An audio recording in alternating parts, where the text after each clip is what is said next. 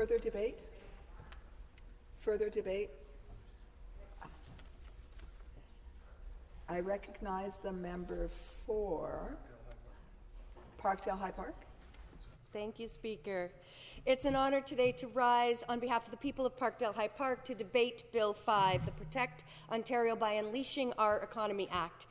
The Conservative government is advertising this bill on the basis of its one project, one process approval model, which they say is meant to cut red tape and streamline approvals to speed up the critical mineral and resource development projects, including the Ring of Fire. And in itself, Speaker, I must say that that's not a bad proposal. The NDP does believe in the importance of responsible mining, and we're in favour of helping the process and permitting system to be improved. In the face of Trump's tariffs, we need to strengthen Ontario, get Ontario building and grow the economy. And we can't afford another decade of stalled developments. But we have to find a path that works for workers, for communities, for First Nations, and for the long haul. So if streamlining this process were the main component of the bill, perhaps there wouldn't be as much debate today. But, Speaker, it is clear that the scope of Bill 5 is so much broader than the government's stated aims. Alarmingly, this bill will allow the Conservative government to remove government responsibilities for any project they deem to be a special economic zone. Potentially, this includes environmental protections, labour laws, local bylaws. In other words, there is much more on the chopping block than a few strips of red tape. TVO's John Michael McGrath has described the special economic zones as a cheat code for governments. Can Ontarians trust the Conservative government with a cheat code? I mean, after all, this is the government of the Greenbelt scandal, the ministerial zoning scandal, the Therma scandal, the Wilmot land scandal, and I stop there, but you do get the idea. I would like to linger for a moment on the Greenbelt scandal, which, as we all know, remains under RCMP investigation today. Because, Speaker, there are provisions in this bill that could leave the Greenbelt vulnerable once again. If we look briefly at the history, until Bill 136 in 2023, the provincial government always had the discretion to open up the Greenbelt, since the boundaries and the policies of the Greenbelt Plan were set by regulation, which can be amended at the discretion of the ministry. However, after the Greenbelt scandal unfolded, the Conservative government tabled Bill 136, which not only reversed the previous regulatory changes that opened up parts of the Greenbelt, but they also defined the Greenbelt boundaries by statute, not regulation.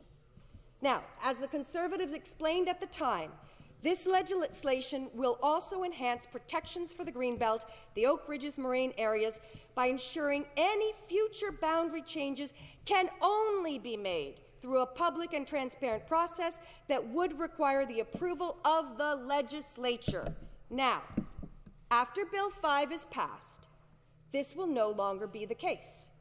The government will have in its power to declare the Greenbelt property a special economic zone that is no longer within the statutory boundaries of the Greenbelt Plan and would not require approval of the legislature to do so. Even more worrisome is how Bill 5 allows the government to use regulation to arbitrarily bypass or rewrite not just regulations but any statute, without going through the legislature for any reason or no reason, with virtually no limit on how or when this power will be used. Given this Conservative government's record, why should Ontarians trust it with such extraordinary power? Speaker, as the Shadow Minister for Women's Social and Economic Opportunities, I am also mindful of this sombre day. Today is Red Dress Day, the day we honour and mourn the many missing and murdered Indigenous women and girls in Canada. And as we do, I am cognizant of the many broken promises. And I am concerned about the way Bill 5 speaks of consultation with First Nations, because nowhere do I see the important phrase free, prior, informed consent. And it worries me. It worries me because while the government says that there are Indigenous groups supportive of Bill 5, we know that many Indigenous groups have also expressed concern about the bill. The groups that we have heard from express strong opposition to Bill 5, viewing it as a direct attack on their constitutionally protected rights.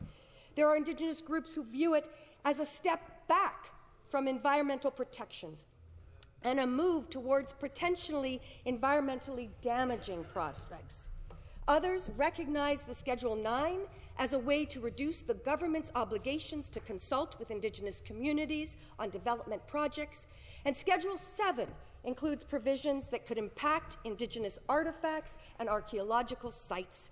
Specifically, the bill expands inspection powers to access the presence of artifacts and sites and allows the minister to issue assessment orders preventing removal or alteration. And some worry this could lead to fewer archaeological assessments, potentially endanger First Nations history and cultural heritage. With so many Indigenous groups against this bill, and with Indigenous groups traveling thousands of miles to speak against this bill, now is the time to hit pause on this and to ensure that when the government says partnerships, we mean free, informed, prior consent, and not a rubber stamp. So, as we have seen, it was so many of the ways that this government has gone forward on things, we are rushing to a bill that is not in the best interest of our shared future. And at this time, for the sake of that shared future, for settler Indigenous relations, we cannot pass this bill. And I encourage instead the members opposite us to look to decoupling this bill, taking another look, and certainly not giving the special economic zones as part of this bill. It is hard, as the sixth-generation settler, to be in this House today and to watch a bill that speaks to the colonial history that my own ancestors have been part of for multiple generations. And with every fiber of my being, I know that this is the wrong direction to go. We need to do better as a legislature. We need to do better by our Indigenous siblings. We need to listen to them when they travel miles to speak to us, when they tell us of the areas that they want to protect and how they want to develop them, when they tell us of how they want the services delivered and how they want this nation-to-nation relationship to go. This is not the time to rush forward. This is the time to listen to the wisdom of those who have been on this land for thousands and thousands and tens of thousands of years. So, Speaker, I encourage us to hit pause on this bill and to not carry forward with it. Thank you. Questions? Questions? I recognize the member from Bruce Grey, Owen Sound. Thank you, Speaker. Our government has repeatedly emphasized that upholding our duty to consult is something we won't waver. Why is the opposition against enhanced consultation and partnerships with the First Nations communities who want to benefit from responsible resource development? Good question. I recognize the member from Parkdale High Park. Pardon me. I am new to this, and I did not hear the question. As the member from Bruce Grey, Owen Sound, and ask you to repeat the question. Thank you, Speaker. I'd be more than happy to ask my question again. Our government has repeatedly emphasized that upholding our duty to consult is something we won't waver. Why is the opposition against enhanced consultation and partnerships with the First Nations communities who want to benefit from responsible resource development? As the member from Parkdale High Park. Thank you, Madam Speaker. I'm glad you asked that question. It is my understanding that we did not share this bill ahead of time with our Indigenous groups that are going to be most affected. With the Indigenous groups that are affected by this bill. And so, for me, hearing from the many groups, hearing from my own colleague that we need to take a step back is the reason why I think we need to take a step back. I recognize the member for Waterloo. Thank you very much, Madam Speaker. And I think the member from Parkdale High Park actually posed some very good, rational questions for the government.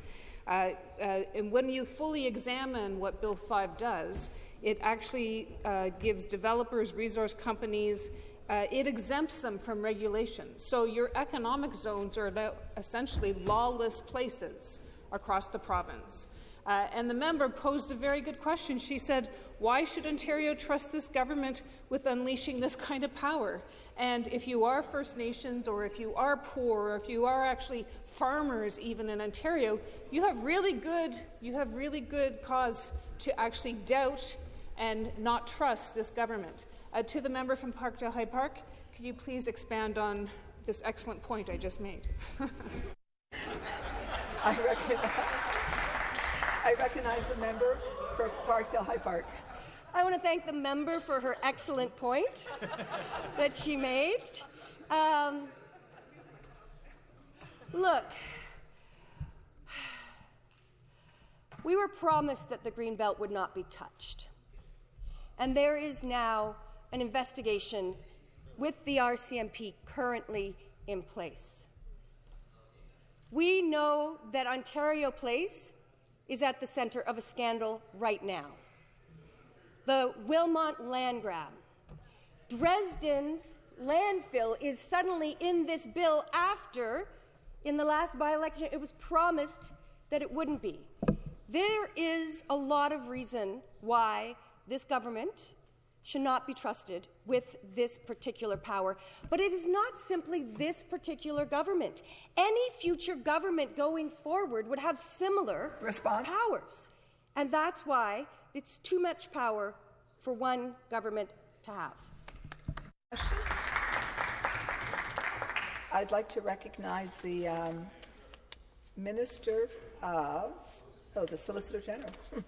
Well, thank you, Madam Speaker, and I'm really delighted to welcome the member from Parkdale High Park to the debate.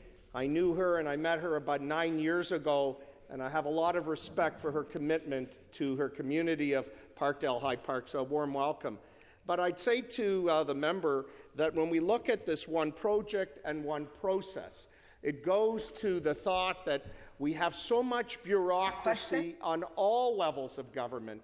And one of the things that, for me, is important, it's cutting through the red tape. It's having a coordination of a way of moving things forward. And that helps protect our economy. Would she agree that it's important to cut the red tape? Member of Parkdale High Park. Thank you, Madam Speaker. First Nations free, prior, informed consent is not red tape, and it cannot be on the chopping block.